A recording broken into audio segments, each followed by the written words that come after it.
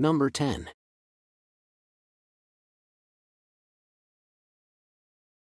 Outside of St. Louis lies Zombie Road, a hotbed of ghostly activities. There are many scary stories stemming from Lawler Ford Road, its actual name, from sightings of indigenous spirits wandering the stretch to victims of train accidents. There used to be active tracks there, like Della Hamilton McCullough, who was struck by a passing train. In the 1950s, it became a popular late-night teen hangout spot, with various murders happening in the area, too. It's also been rumored to be the home base of a murderer named Zombie, who escaped a mental asylum. These days, the stretch has been rechristened as a nature trail, but it's closed once night falls, with hefty fines for those who dare to trespass.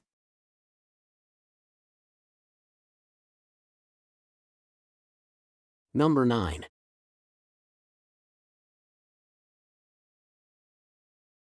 The urban legend of Molly's Hollow speaks to the United States' racist history. As the legend goes, when the local townsfolk found out that Molly, an African-American woman, was involved with a white man, she was lynched. People claim her spirit is still there, screaming at night.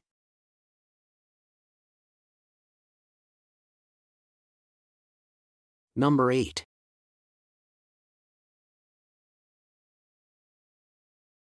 The Surrency clan began experiencing paranormal activities in present-day Surrency, Georgia, in the 1870s.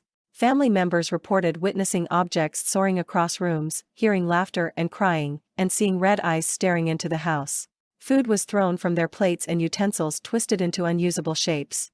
The townspeople speculated that these occurrences were cries for help from spirits who thought the family would be able to save them. On the day the family decided to finally leave the house, a fire iron allegedly floated up and started hitting one of the sons on the head. No one was ever brave enough to live in the house again, and the building went up in flames in 1925.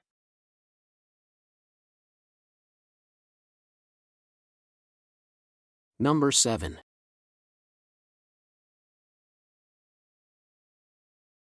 Here is a story that dates back to 1910, but almost any student at Huntingdon College in Montgomery, Alabama, should recognize it. That's because the events that led up to it are said to have actually happened. As the story goes, in 1910, a young woman who was new to the school was known for her love of the color red. Sadly, she was also known for being strange and a loner. As the first term got underway, the young woman grew increasingly isolated. Eventually, she took her life by slashing her wrists. Her body was discovered in a red gown, drenched in blood. From then on, students and faculty have been reporting sightings of a young woman dressed all in red. She's appeared all around the college's campus. The figure, dwelling in perpetual isolation, is often cited as a reminder of the importance of being kind to one's peers.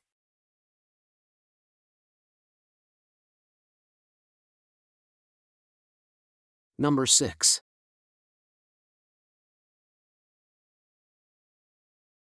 Of the numerous spirits haunting this plantation, built in 1796 in St. Francisville, Louisiana, the most known entity is Chloe, according to the official website. It's said that plantation owner Clark Woodruff carried on an affair with an enslaved person, Chloe, which he ended abruptly. She began to eavesdrop on his conversation, and he caught her.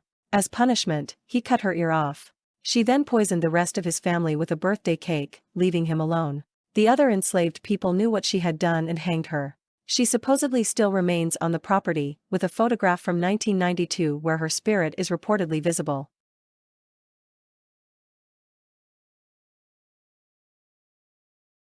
Number 5. Since the first sighting in 565 AD, the existence of Nessie has been long debated, with alleged evidence being found every so often. From swallowing farmers whole, to mysterious humpback shapes surfacing. From the water, the different reported encounters certainly suggest something roams the depths of Loch Ness. However, there has never been enough evidence to confirm the long-necked beast genuinely does exist. Number 4.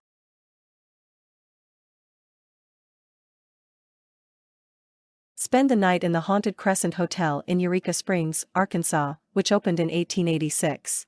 During construction, a worker named Michael was killed, and his ghost reportedly still haunts room 218.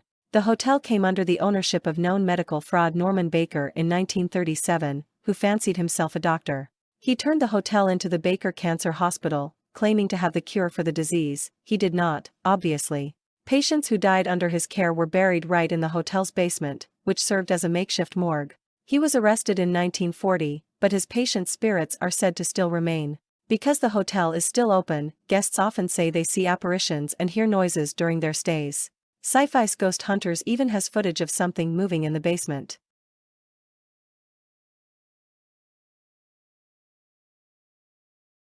Number 3.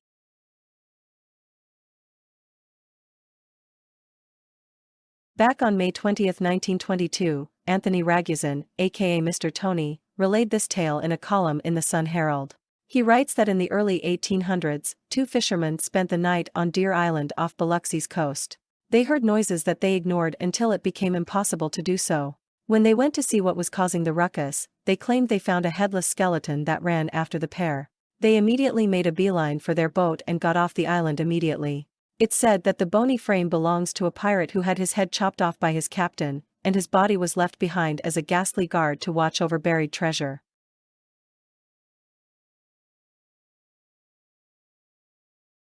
Number 2.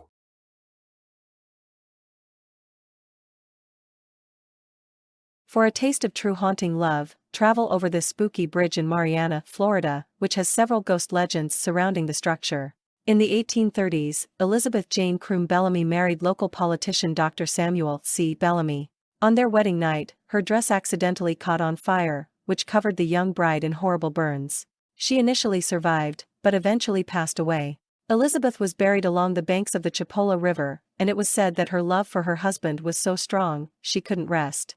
The deceased newlywed, dressed in white, can allegedly be seen wandering the banks from the vantage point of the bridge, which was built after she died. It's said that she appears on fire either walking through the swamps or diving straight into the river, as if to douse the flames, or somberly walking along the side of the river.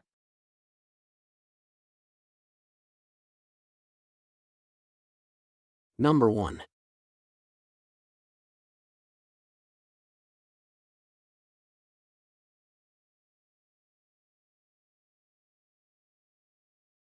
The 999 telephone charging fantasy is a urban myth that promises that, in the event that a cell phone has a low battery, calling 999, or any nearby crisis phone number, will charge the phone and give it more power.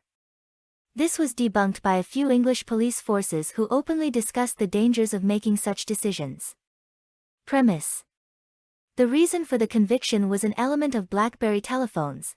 On the off chance that the battery level was too low, the telephone automatically secured itself and shut down the telephone radio for all calls but crisis administrations. That's what individuals found in the event that they dialed 999 and quickly hung up. It would abort the closure for a few minutes so that calls could be made. The conviction appears to have begun at BlackBerry gatherings around 2012.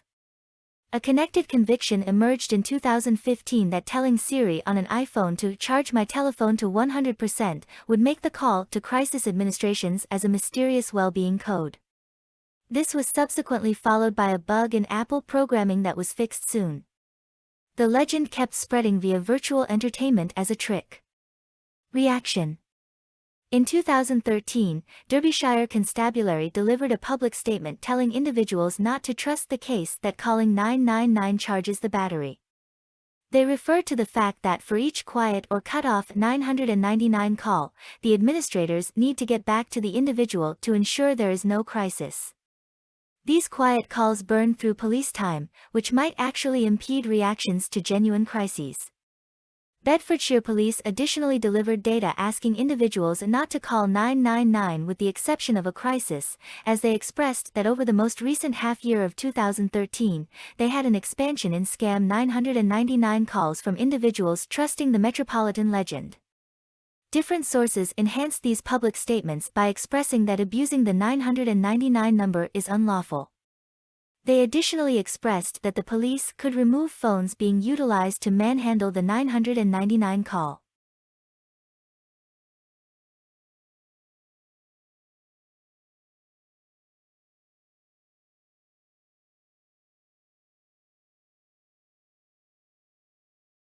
The story of White Lady Lane is a tragic one.